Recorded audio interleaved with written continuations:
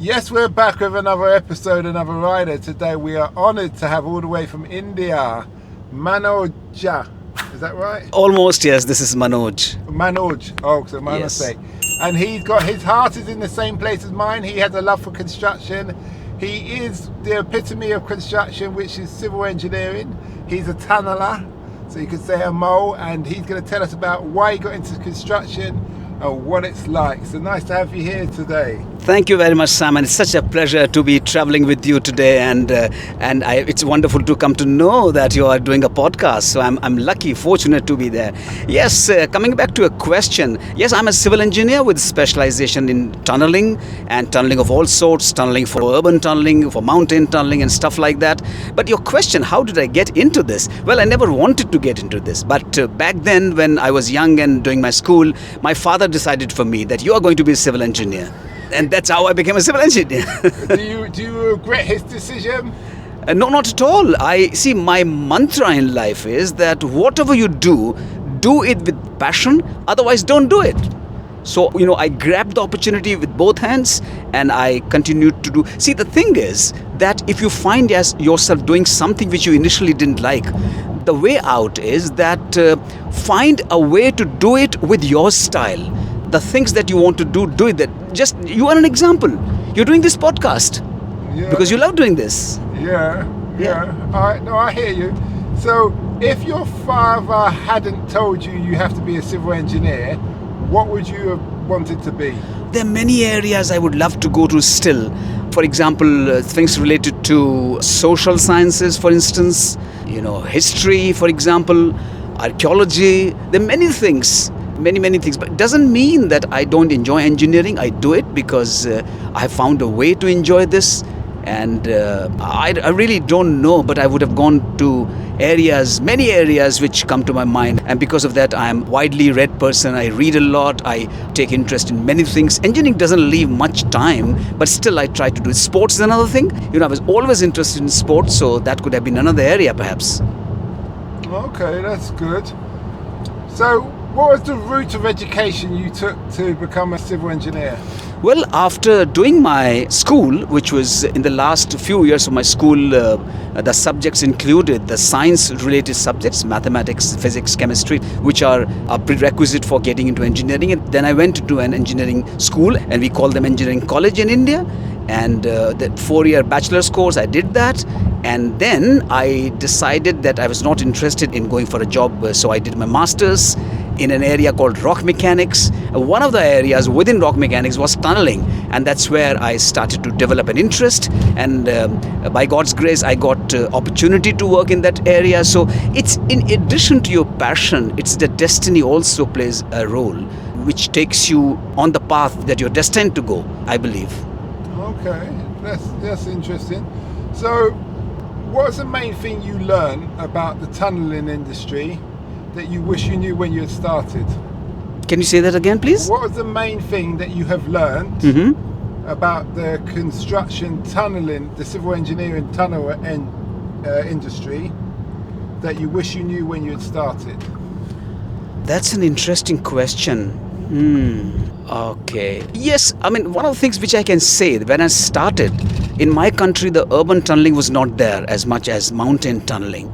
And so if I had known that someday urban tunneling with its own, stuff will come into picture, I would have perhaps ventured into that area much earlier than I actually did.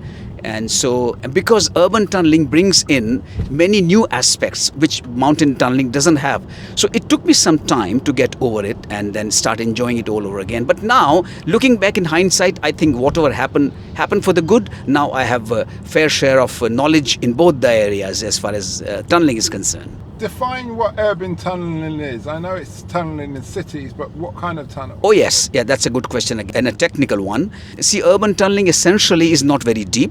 See, if you are laying the first line of, as you call, tube here, or metro in many other parts of the world, the rail line is about 20 meters from the surface, which means your tunnel crown, top of the tunnel, is about 10 to 12 meters below the surface. Now that brings in a very serious thing, which is that when you remove the material to build the tunnel, you're removing the material which was there for billions of years maybe.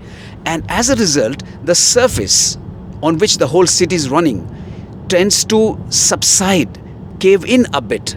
And that is the most challenging thing in urban tunneling. And because of all this, you would like to control that subsidence. You have to control many other things. And that's where your construction technique, your construction sequence, your design aspects, everything comes into picture.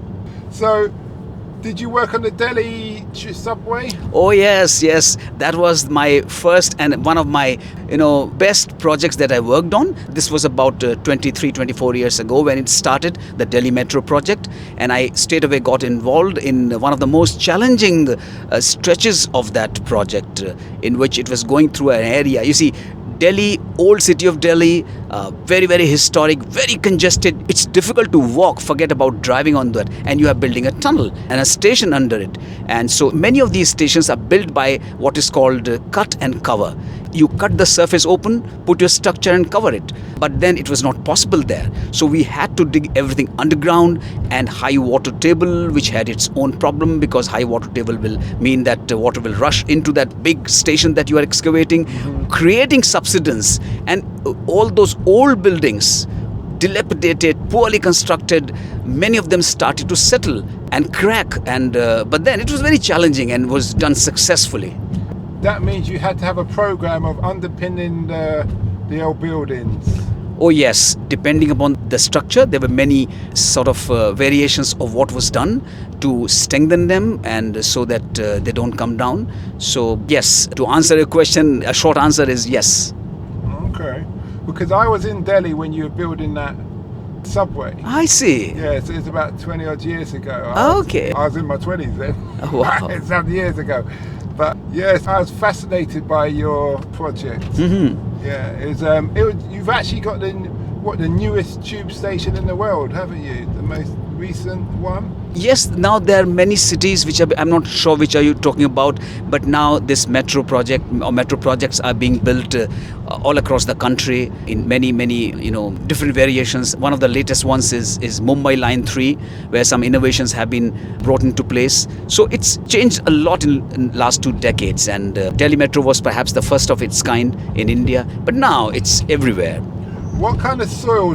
Because you spoke about tunnelling, and I assume you use bore tunnelling machine. Yes. That as it turns, it takes the soil and then it forms a concrete ring behind. Right. Yeah. So what kind of soil type is it in Delhi? Delhi has mixed.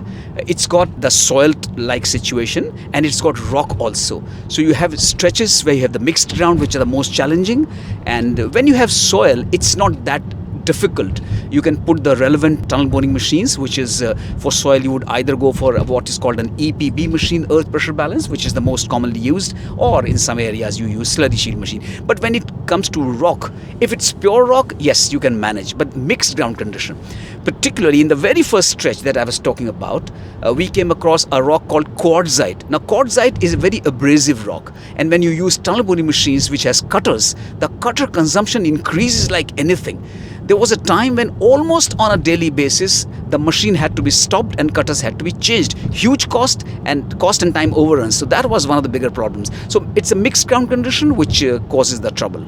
Now, health and safety is a big thing in construction, and you spoke about flooding. Was there any major accidents? Can you say that again? Health and safety is a big thing in construction. Yes. And obviously you spoke about high water tables, flooding. Was there any major accidents or major difficulties? No. There was difficulties were there, but they were overcome. But no major incident of that sort. I mean, let me just say that again. I mean, in terms of fatality, there was no major incidents. But yes, there were 2 incidents that I remember in which the buildings collapsed. Okay. One of which I actually saw collapsing in front of my eyes. It was 12:35 in the night, and I received a call that things are happening here, please rush. I reached there at 1:15 a.m. and I saw building collapsing bit by bit. But kind of we knew about it, that something can happen to this building. So it was evacuated. There was no one in that building. In any case, it was a shopping area and very, very congested. But it was nobody's fault because the TBM was going under these historic buildings, very historic, And we had done the survey, but then there was a well under this area and nobody knew about it. Nobody knew. Even the shop owner didn't know that his grandfather or great-grandfather must have built or something. So the TBM actually crashed into that well and that brought the surface down. But then it was rebuilt and no fatality. And in fact, we were praised by the authority for things that we did actually. See, on a tunnel building, the machine, do you need kind of divers or people with special breathing equipment, things like that at times? Yes, it's a very technical question. See, I mentioned about EPB machine, earth pressure balance machine. Now, there are situations when you have to change, for example, you have to change the cutters. They sort of go bad. And to do that, you have to stop the machine and do something there.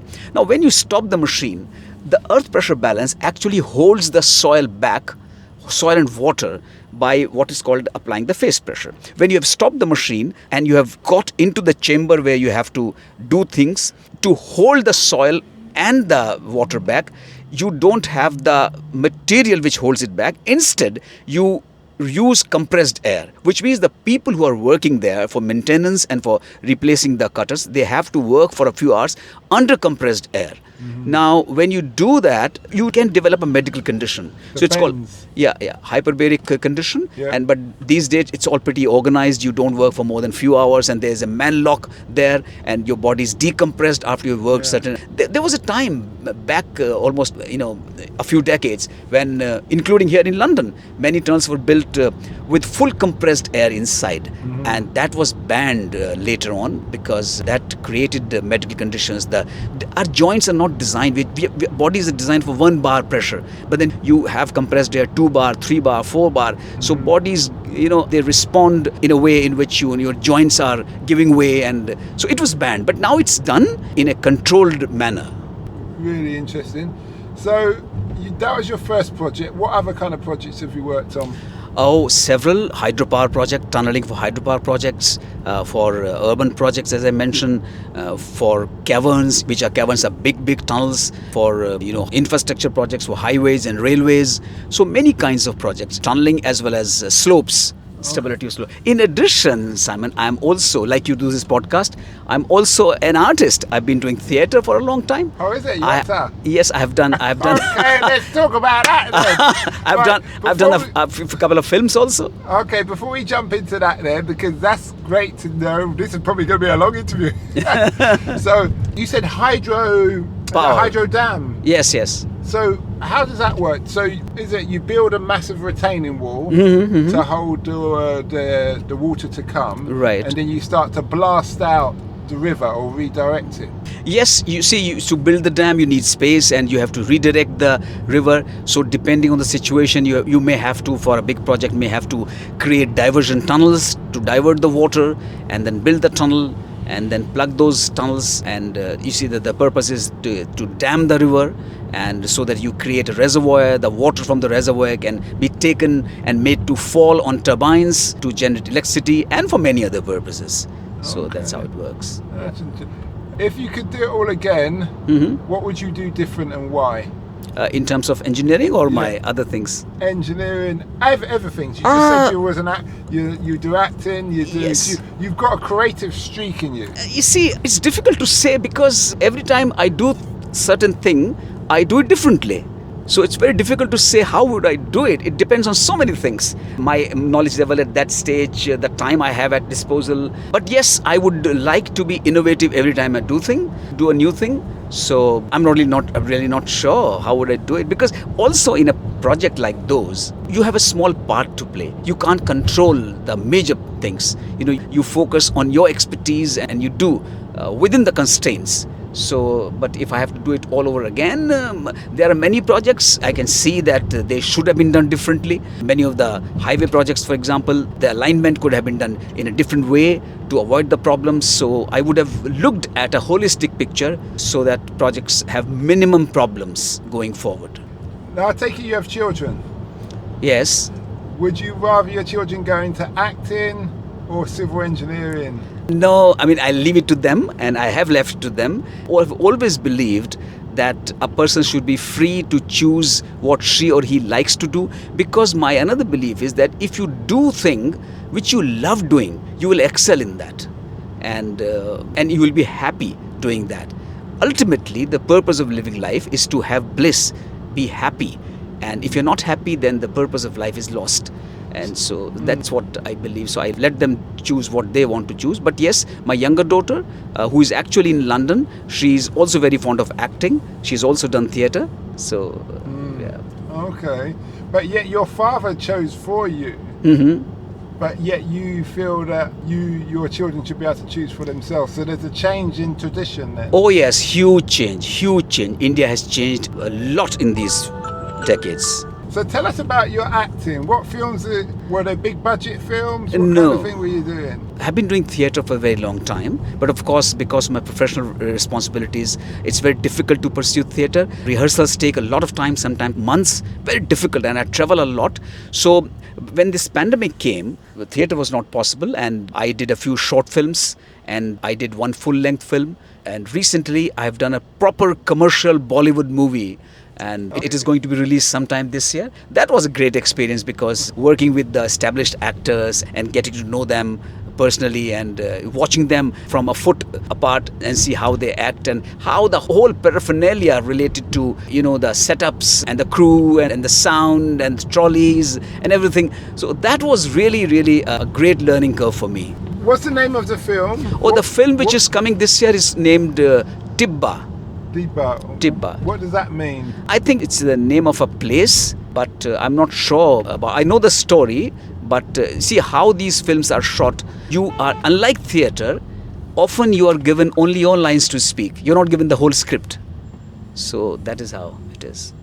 Okay. And what was the film about? Oh, this is a murder mystery kind of thing. Oh. It's interesting. It is interesting. Talking about murder mystery, do you watch Netflix? I rarely watch Netflix. Okay. There's no time to watch. That's Okay. They've got some very good Indian murder mysteries based on, they go to Calcutta, Mumbai and all these places. Okay. And they film the police. Mm-hmm. And they film how they solve cases. Okay. You guys are very clever. Very, very clever. I'll tell you that, man. They pinpoint, they use the mobile phone signals to work out what mobile phone was where at the time of the crime, and then they find out who owns that mobile phone, and then they go and search for the person. I'm happy that Indian films make you happy. Yeah. So how long have you been acting for? Oh, I started when I was in school, college, I discovered that talent and, that inclination towards acting. So I acted for many years, but there was a big gap in between, because I moved to a city where the theatre was not that strong. And then as you become more senior in your profession, your responsibilities increase, your travels increase, and you can't commit. So there have been many plays to which I committed, but then I backed out. But then last few years, just before the pandemic, I decided I'll do one play each year, which I did for 3-4 years. And then I moved into these films, which I found that much easier for somebody who's traveling, because you can shoot in bits and pieces. So I'm looking forward to, if any directors, any producers listening to this, I'm here. Okay. So when you were younger and you was going to all these auditions and acting, was your parents bringing you, or were you going on your own? Were they supportive of it? By that time, I was living in what we call hostel on the college campus. Okay. So we had the freedom, and parents had done their bit. They had made us, capable enough to take care of ourselves. So they were happy that he's doing things apart from pursuing his course. He's also interested in these things. They were happy. So your grades were good, and so your parents were happy? Yes. Okay, I understand that totally as a parent. So do you have brothers and sisters? We are 3 siblings, or we were 3 siblings. My sister's no more. Oh, sorry to hear that. So I was the youngest. I'm the youngest. So I've got my brother, who's a doctor. You mentioned about doctors and engineers coming from India. Yes, he's a doctor. I'm an engineer. Okay. Yeah. So your family's kind of covered with the medical and the building side of things. Yes. If you could choose anything in construction, would you still be a civil engineer, or would you be a different thing? So I know personally, I would have loved to be a structural engineer. Yeah. Civil engineer, yes. And the reason for that is, a few years back, I was in Edinburgh, here in the UK, in a conference, and the professor who knew me, he just brought 2 or 3 students of his to me, and they were trying to change their, stream from civil engineering to some other engineering, and he told them, please meet Manoj once. So he told me that this is what, I have this bunch of, young students who want to move away from civil engineering. So can you tell them something? What did they want to do? Something else, I don't remember, but not civil engineering. Was it in construction? No. Okay. So I asked them, what is it that you don't like about civil engineering? Their reply was, putting one brick over another brick is not sexy. Really? I said, this is the problem, that you view it from a narrow thing. Haven't you heard or seen these mega structures, the fantastic bridges and these towers and huge dams and whatnot? They're all built by civil engineers. Civil engineer is the vastest field of engineering. Anything you see around yourself, the buildings, the roads, the pavements, the towers, everything is civil engineering. Yes, you've got bulbs of pressure and things like that. They all need to be calculated. Wind loads, lateral loads. Oh yes. Yeah. I think your lecturer didn't inform them properly. Oh yes, perhaps. Yeah, but then, I don't know, if their heart's not in it, their heart's not in it. That's right. I don't know, maybe they wanted to be actors. Well, who doesn't want to be? But the thing is, back when I was young, people advised me to run away, leave everything and go to Bombay and join film industry. I said, I'm not sure whether I'll be able to make 2 ends meet. But with engineering, I can have a decent life. So I chose engineering over a professional acting career at that time. You went for the security more than the dream. Yes. Because those days were different. But now I see people are more bold. If they love doing something, they move to that, and the parents support. Many parents support. Yeah, that's interesting. Yeah, no, I see what you're saying. Also, the world has got a lot smaller through the internet, through social media. That's right. So if you fail at that in Bombay, so Bombay is where Bollywood is? Yes. Okay. So if you fail there, you could probably get a job in construction there because the internet would show you everything available. True, I think. Well, before you'll be panicking, I've got to go back to my village now, or wherever you reside. Yes, I think you're right. Yeah, yes. Yeah, it's very interesting. So what's a typical day like for you on set? Was it in Bollywood you were making a movie?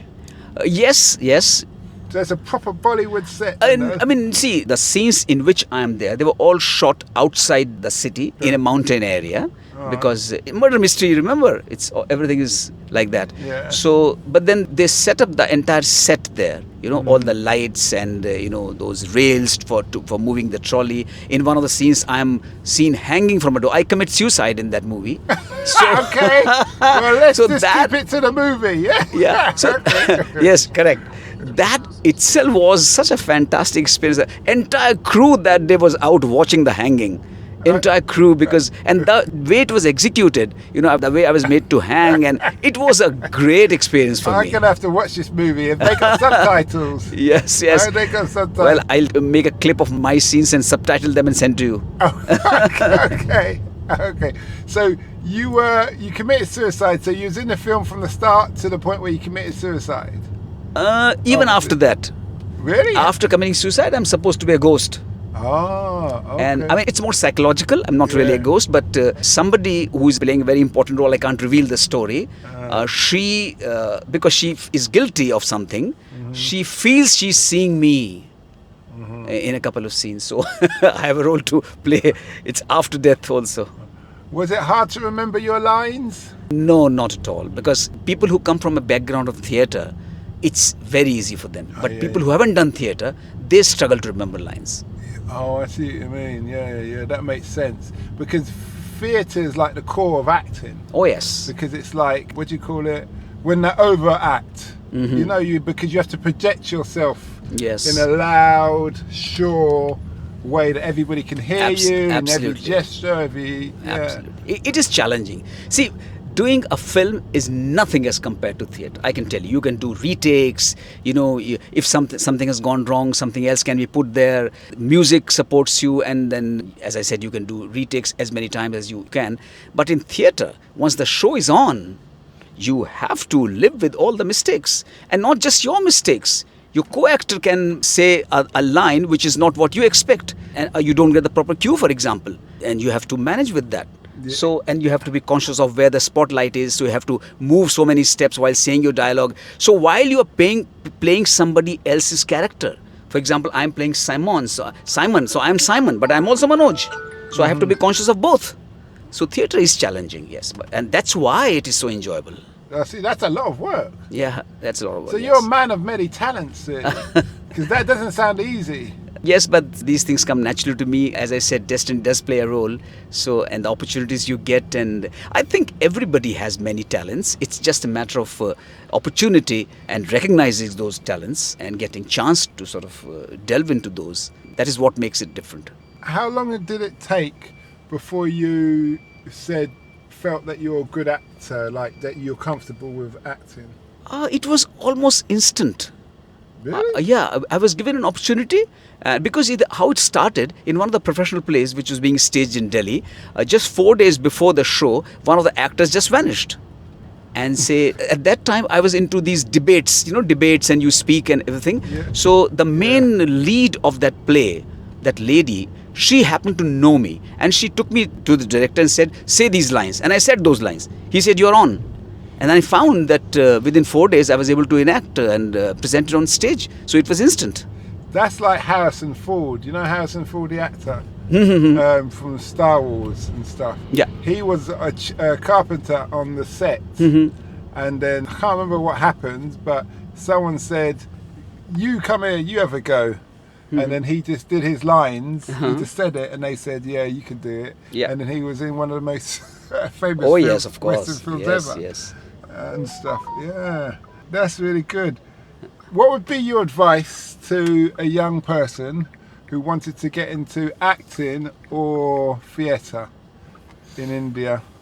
Well, the thing is that my advice would be that if you really want to get into it, nobody can make you an actor. So people think that, okay, I'll attend this training, I'll do that. They can hone your skills a bit, but you have to be an actor to be an actor.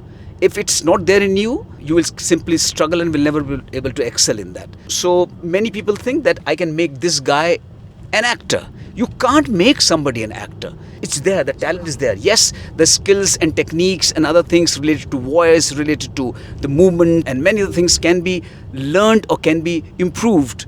But that thing has to be in you. That's what my advice would be, that if it's not there in you, then, and you will realize that after a couple of productions, you will realize that it's not there in you, then don't waste your time. What is that thing, would you say, if you had to define what that thing is? That is something which, whatever you say, whichever role whatever dialogue you say, people appreciate that. You feel that something good is happening. You're doing things correctly. It's very difficult to define, but there's a feeling which you get when you're saying your lines, you're doing something, you feel very comfortable, you belong there. That's what you feel. Okay, yeah, I see what you mean. You're saying naturally feel at home. And so when I say to become an actor then, would you suggest if someone's going to try, do they have to go to Bollywood? Or is there other places that they can go to?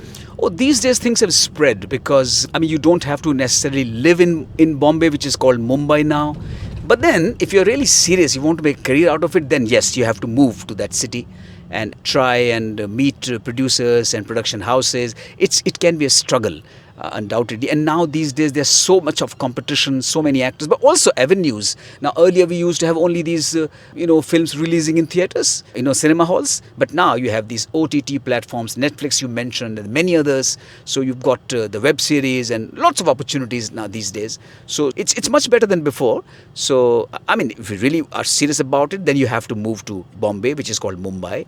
But there are many people like me, for example, who can get opportunity by being anywhere, but you need to spare time when the opportunity comes. And so the best route to becoming a civil engineer. And also, what would you say is the difference between civils and structural engineering?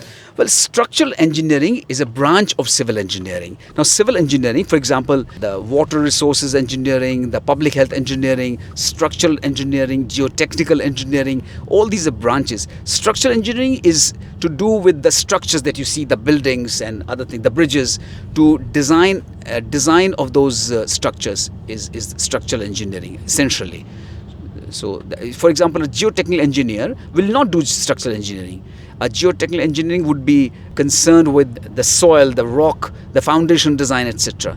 But the superstructures, those are dealt with by the structural engineers. So basically everything above the ground Yes. is structural engineering, everything Right. below is civil. Is geotechnical engineering, and both come under civil engineering. Also, as I said, public health engineering, so sewer system, your water supply, all that stuff is public health engineering. And water resources, we talk about hydropower, we talk about irrigation, canals and channels, all that come under that. It's a pretty vast subject, civil engineering. So India is a vast country, as we know. Have you worked outside of India, or is it just such a big country that all your projects are within India? You have a very good point. You see, many people from other countries, they work in many other countries. Indians, as an Indian expert, there's so much for you to work in India that the opportunities and the time is not there to work outside. But still, I have worked in a few countries outside India. But majority of the work has been in India because that's where so much work is there already, and it's growing. So you tunnel through mountains, you said. Mm-hmm. Are you using explosives with that, or are you using a tunneling machine? See, for both, but explosives is the predominant method of tunneling in mountains, particularly through rock, which we call it drill and blast techniques. So it's only in last few years that there have been some projects built using tunnel boring machines, and the use of TBMs, as we call these tunnel boring machines, is growing now. So, but there's a dominant, role which is being played still by drill and blast using explosives. So that tunneling must be very expensive, because I heard the machines are like 1 million or something like that. Oh yes, tunneling is very expensive. The difference between using a TBM or a non-TBM is that the upfront cost, the initial cost is very high, because if you're using TBM, because you have to purchase the TBM. If you compare this with drill and blast, that cost is spread over the lifetime of the construction, the construction time. Mm-hmm. But then if you are building a small tunnel, for example, in length, a kilometer, less than a kilometer, maybe 2 kilometers, perhaps using a TBM will be more expensive, because you have to invest that money initially. But for longer tunnels, maybe longer than 4 kilometers, I think it is better to go for TBMs if the conditions suit the use of TBM, because that will be faster and perhaps slightly cheaper also. What do you see the future of construction? Well, it is growing because it's a very, very bright future. I can start with my country, and that is the case in many other countries. That countries are building infrastructure, they're moving into difficult areas. The easy ones are all taken. And so moving to difficult areas as the populations grow, as the demands grow, as the transportation sector is growing, the infrastructure is growing. And there's no doubt the future is very bright. Also, many countries have realized that when you invest money in infrastructure, the economy goes up, because so many other sectors are related to infrastructure development. And so that is bound to grow, no doubt about that. What's the hardest project you've worked on? Okay. Why? Yes, see, we talked about Delhi Metro. Yep. That has a big difficulty in managing that underground station in that very, very congested areas. Not just congested, but very old poor buildings on top. That was one. Another one was that we were trying to develop an alignment for a railway project, 125-kilometer long alignment through Himalayas. The toughest tunneling media in the world. Toughest. And Himalayas. Yes. Okay, very difficult. So that was very challenging. But see, when we were doing it, I never looked at it as a difficult project. I always looked at it as a challenging project. So I really enjoyed it. Now, in hindsight, we can say, yes, it was difficult. But at that time, it felt very challenging and something which spurred us on to better and better overcome it. And we did overcome it. So because of the difficulty level, our enjoyment or our joy was also higher. You see. It's been a great interview. Yeah, thank you very much, Simon. I'm really privileged and fortunate to be on your show. I've learned a lot. Remind everybody, if they do want to speak to you as a civil engineer, are you on social media, or have you got any link that you can give them or say? Yes, I am on social media. My name is manojvemra, manojvemra. I'm on Facebook, I'm on LinkedIn, I'm on Instagram. Okay, that's good. And for your acting, would they find you on that as well? Oh yes, it's all mixed up there. Particularly on Facebook and Instagram, it's all mixed up. Sometimes for my professional friends, I sort of put something on LinkedIn, not too much. LinkedIn is more professional, but then it's there. So you're a man of many hats. Thank you very much, Simon. Okay. You too. Well, thanks a lot for that, and we wish you well. Thank you very much. We hope that episode enhanced your life. We post an interview every day as well as vlogging on our social media channels. Don't forget to subscribe to get our latest episode.